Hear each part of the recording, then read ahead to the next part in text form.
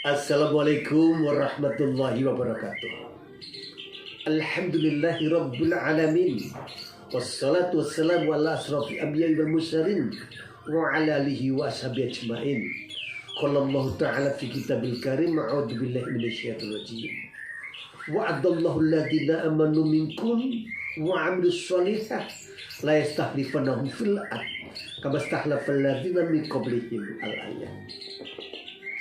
Sahabat-sahabat yang beriman, yang berbahagia, insyaallah saat ini saya mengajak untuk merenungkan bersama tentang kejayaan umat Islam. Umat Islam pernah mengalami kejayaan ketika dipimpin oleh Rasulullah Muhammad Sallallahu Alaihi Wasallam, Abu Bakar As-Siddiq, Umar bin Khattab, Utsman bin Affan, Ali bin Abi Thalib, dan generasi berikutnya adalah Umar bin Abdul Aziz. Generasi berikutnya umat Islam pernah berjaya di Eropa, di Spanyol 700 tahun. Umat Islam pernah berjaya ya di Irak, di Iran, dan seterusnya. Kondisi sekarang umat Islam walaupun banyak jumlahnya, tapi jauh panggang dari api. Mengapa demikian? Ini betul-betul perlu kita evaluasi, perlu muhasabah. Yang jelas Allah menjanjikan bahwa Allah itu betul-betul akan memberikan kekuasaan. Wa'adallahu alladhina amanu minkum. Allah akan menjanjikan pada orang-orang yang beriman di antara kamu, wa amilus sholihah, yang beramal soleh, la yastakhlifannahum fil ard, bahwa mereka betul-betul akan berkuasa. Pada ayat ini tampak jelas bahwa syarat untuk mendapatkan kekuasaan itu dengan beriman dan beramal soleh. Sahabat Rasulullah, Khalifah Ali bin Abi Thalib pernah mengatakan, la ghalabata illa bil quwwah wala quwwata illa bil ittihad wala ittihada illa bil fadhail. Kamu umat Islam tidak akan pernah mendapatkan kemenangan dalam kompetisi dalam kehidupan ini kecuali dengan kekuatan. Kekuatan itu tidak mungkin dapat dicapai kecuali dengan persatuan, dengan ukhuwah Islamiyah. Dulu umat Islam berjaya karena mereka terpimpin bersatu dan terpimpin semuanya taat pada imamnya, pada pimpinannya. Ketika Rasulullah SAW memimpin semua umat Islam sedunia kompak taat kepada Rasulullah. Ketika Umar bin Khattab memimpin, ketika Abu Bakar As-Siddiq memimpin, semuanya taat pada Abu Bakar. Begitu pula ketika Utsman bin Affan, Ali bin Abi Thalib, Umar bin Abdul Aziz, dan seterusnya, mereka umat Islam bersatu taat pada pimpinannya. Oleh karena itu, SOP, standar operasi prosedur agar umat Islam itu mendapatkan kejayaan, tentu yang pertama adalah kita beriman kepada Allah Subhanahu wa Ta'ala, beramal soleh, direalisasikan dengan menjaga ukhuwah Islamiyah dan taat kepada pemimpin. Sahabat-sahabatku yang berbahagia, sekarang ini umat Islam tingkat internasional belum memiliki pemimpin yang sepakat untuk ditaati. Begitu pula di tingkat nasional Indonesia, kita juga belum mempunyai pemimpin tingkat provinsi juga belum, tingkat kabupaten juga belum, kecamatan, kelurahan, bahkan tingkat RT pun umat Islam belum ada kesepakatan untuk mengangkat satu orang imam yang ditaati bersama. Ini betul-betul yang menyebabkan umat Islam itu menjadi lemah. Sahabat-sahabatku yang beriman, di dalam surat Al-Anfal ayat 73 Allah menjelaskan, innal ladzina kafaru ba'duhum awliya'i ba'din illa taf'alu takun fitnatun fil ardi wa fasadun kabir. Sungguh orang-orang kafir satu dengan yang lain saling kuat menguatkan, saling bantu membantu, saling berkolaborasi, ya, dalam barisan yang terpimpin. Mereka saling bantu membantu.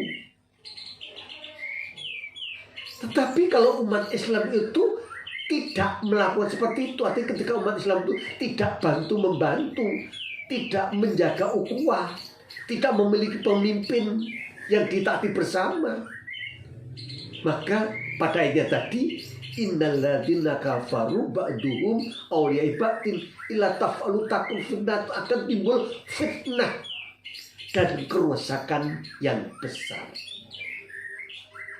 Saat ini umat Islam, ya, terutama Indonesia, belum memiliki pemimpin yang betul-betul beriman, kemudian secara bersama-sama ditaati. Mengapa? Karena umat Islam belum terpimpin dan umat Islam belum bersatu. Kalau dalam surat Ali Imran ayat 103 itu dikatakan, wa'tasimu bihablillahi jami'a wa la tafarraqu, dan berpegang teguhlah kamu pada tali agama Allah jami'ah, dengan bersama-sama, berjami'ah, berjamaah, bersatu. Maka kapan kita akan bersatu? Bersatu dan ada kesiapan untuk satu, lita'arufu, ta'aruf, tafahum, tahaful, ta'awun, saling mengenal, saling memahami, saling mengisi, saling membantu, saling mencintai. Ini SOP yang harus diterapkan ketika umat Islam akan mendapatkan kejayaan. Kalau misalnya di lingkungan kita ada umat Islam yang jualan beras, maka umat Islam yang lain haram belanja kepada orang kafir. Sangat tidak patut umat Islam belanja kepada orang, katakanlah orang kafir, singkek misalnya. Sementara saudara sama umat Islam memiliki dagangan yang kamu butuhkan. Sama sekali tidak patut. Oleh karena itu, marilah kita sadari bahwa pertolongan itu alal jamaah. Pertolongan Allah itu kepada umat Islam yang bersatu. Maka mulai sekarang hendaknya kita umat Islam diyakinkan ketika kita belanja kepada warungnya milik umat Islam, atau di pasar yang kita yakini pedagangnya itu orang Islam. Jika kita sesama orang Islam itu kal jasadil wahid kal bunyanin yasudu ba'dahu ba'da, laksana satu tubuh saling kuat menguatkan. Kal bunyanin yasudu ba'dahu ba'da, saling menguatkan perekonomiannya. Kalau umat Islam itu laris dagangannya, tentu dia akan membayar zakat. Ya, penghasilannya akan dipakai untuk menguatkan perjuangan umat Islam. Yang sangat saya sayangkan itu banyak umat Islam belum sadar, tapi mereka beli belanja pada toko-toko milik orang kafir. Misalnya ada yang Alfa itu apa itu, toko-toko yang pakai Alfa itu, Indo dan sebagainya, yang tidak jelas. Yang kadang-kadang mereka itu justru membenci umat Islam, perjuangan umat Islam. Bahkan mereka itu ada yang memusuhi perjuangan umat Islam. Naudzubillah min dzalik. Marilah kita bertobat kepada Allah. Sekarang kita adalah mengikuti jalan yang lurus. Umat Islam harus merapatkan barisan, dimulai dari saling bantu-membantu. Kalau belanja diyakinkan pada toko, pada warung milik umat Islam. Di masjid-masjid, toko-toko Islam dengan warga masyarakat perlu koordinasi. Di sini toko yang milik umat Islam yang mana? Umat Islam yang amanah, yang beribadah. Umat Islam yang konsisten dengan agamanya. Itu yang kita belanjai. Satu, aspek ekonomi perlu kita rapatkan. Hendaklah uang itu beredar di antara sesama umat Islam. Haram bagi umat Islam belanja pada tokonya milik orang munafik, tokonya orang kafir, orang komunis, sementara saudaranya umat Islam juga memiliki dagangan yang dibutuhkan itu. Dua, umat Islam wajib untuk saling kuat menguatkan dalam bidang politik. Kembali kepada surat Al-Anfal ayat 73 tadi, bahwa orang kafir itu satu dengan yang lain saling kuat menguatkan. Kalau ada tokoh satu, misalnya katakanlah capres, semua orang-orang munafik, orang-orang kafir, orang musyrik itu memilih satu pilihan. Tapi sangat disayangkan umat Islam kemudian terpecah belah, memilih pemimpin yang bermacam-macam, memilih partai yang bermacam-macam. Kalau misalnya umat Islam itu sudah tahu ada partai yang Islami, tokoh-tokohnya itu memang Islami, dikenal dengan akhlaknya, kebijakannya, strateginya, langkah-langkah politik itu memang Islami, mestinya semua umat Islam bersatu mendukung partai itu. Jangan sampai kita memilih partai yang tidak jelas loyalitasnya kepada Allah, loyalitasnya kepada umat Islam, loyalitas kepada perjuangan umat Islam.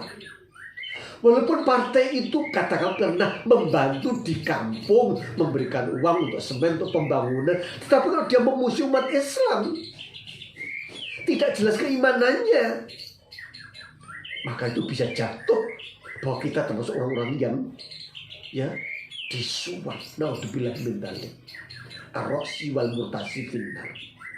Orang yang menyuap dan yang disuap akan masuk neraka. Oleh karena itu ketika kita memilih partai, betul-betul kita pertimbangkan aspek bagaimana loyalitasnya kepada Islam. Begitu pula ketika memilih capres, calon presiden, pilih yang memiliki integritas yang paling kuat, imannya kuat, ibadahnya semangat, dekat kepada rakyat dan seterusnya. Yang memiliki integritas, kapasitas, dan akhlakul karimah. Kita lihat pada rekam jejaknya, mana yang imannya paling kuat, ibadahnya paling semangat, begitu pula menerapkan keadilan dan ada kepedulian kepada pendidikan dan seterusnya. Maka kembali kepada topik kita, membentuk umat Islam yang mendapat kejayaan, tidak ada lain kecuali dengan kita meningkatkan keimanan, merapatkan barisan. Lau anna ahlal qura aman wa taqaw la fatahna alaihim barakatin minas sami wal ard walakin kadzabu fa akhadnahum bima kanu yakdzibun. Jika penduduk suatu negeri itu beriman dan bertakwa, Allah mencurahkan kemenangan, mencurahkan anugerah, kebahagiaan. Terbentuk luar negara yang sakinah mawaddah warahmah, baldatun thayyibatun wa rabbul ghafur. Tapi ketika umat Islam itu mengingkari tuntunan, mengingkari pelajaran dari Allah dan Rasulullah, sudah ada jelas tangga kita umat Islam yang jualan, tapi kita beli pada toko-toko milik orang-orang kafir, orang-orang komunis. Naudzubillah minna. Maka adalah kita bertaubat, memperbaiki diri, rapatkan barisan sesama muslim, dan kuatkan iman kita kepada Allah, kepada Rasulullah Muhammad Sallallahu Alaihi Wasallam. Mudah-mudahan Allah mengampuni dosa-dosa kita, memaafkan kesalahan-kesalahan kita, Allah meneguhkan iman kita, dan Allah mencurahkan kemenangan, pertolongan kepada umat Islam, sehingga umat Islam bisa mencapai kejayaan. Ada kurang lebihnya mohon maaf. Akhirul kalam. Assalamualaikum warahmatullahi wabarakatuh.